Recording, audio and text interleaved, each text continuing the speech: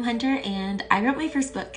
Deception of Kings is a new adult dystopian sci-fi, and although it's still in the editing process, I figured I could share something about the book that nobody knows. The idea for this book was born in my 9th grade English class, so that means I was around 14 years old, and I'm 28, so that was about 14 years ago. I've been sitting on this idea for about 14 years. I mean, I haven't worked on this book for 14 years straight, but I've worked on it for 14 years on and off. And that's actually insane when I think about it. Most of my character names have actually stayed the same for this long. Lex has always been Lex. There's never been another name for her. She's just always been Lex.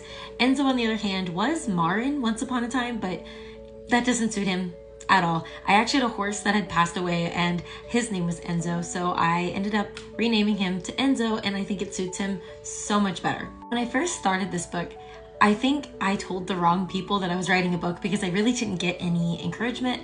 I wasn't getting any kind of support. It was just like, oh, you're writing a book? That's so cool. And then that was it. Like, nobody was encouraging me to write it.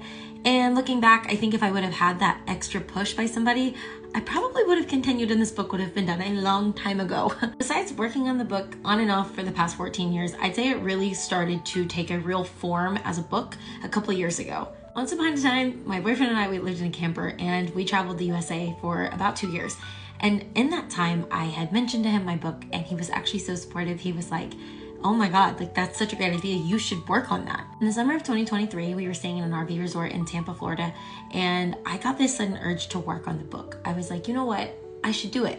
And I packed some snacks, my notebook, my laptop, and I put it in my backpack and I got on my bike and I rode to the pool where they had this little tiki bar gazebo thing with a fan over it. And I sat in the hot sun, which I had shade, but I sat in the hot sun and got ate by mosquitoes and no-see-ums, and I typed, and I did that every day for weeks. And eventually I actually had like a real story, like a big substance of the book was completed. The months to follow between travel days, I worked on the book and eventually draft one was complete. And that was such a big moment in my life because it had taken so long for that one idea to become an actual book, I guess. And not that it's like a printed book yet, but it is like a real story. As you can imagine, these characters and this story means so much to me, probably more than it should. And one can only hope that it becomes one of the best-selling books in the whole world, but really it's just a success if I can just get it out into the world for myself. And that's why I've decided to be independent. I actually didn't query at all with any agents, and maybe that was dumb, but I really want to bet on myself. I want to have such a hand in the creative process. I want to pick every single last thing about this book. I don't want to change a thing.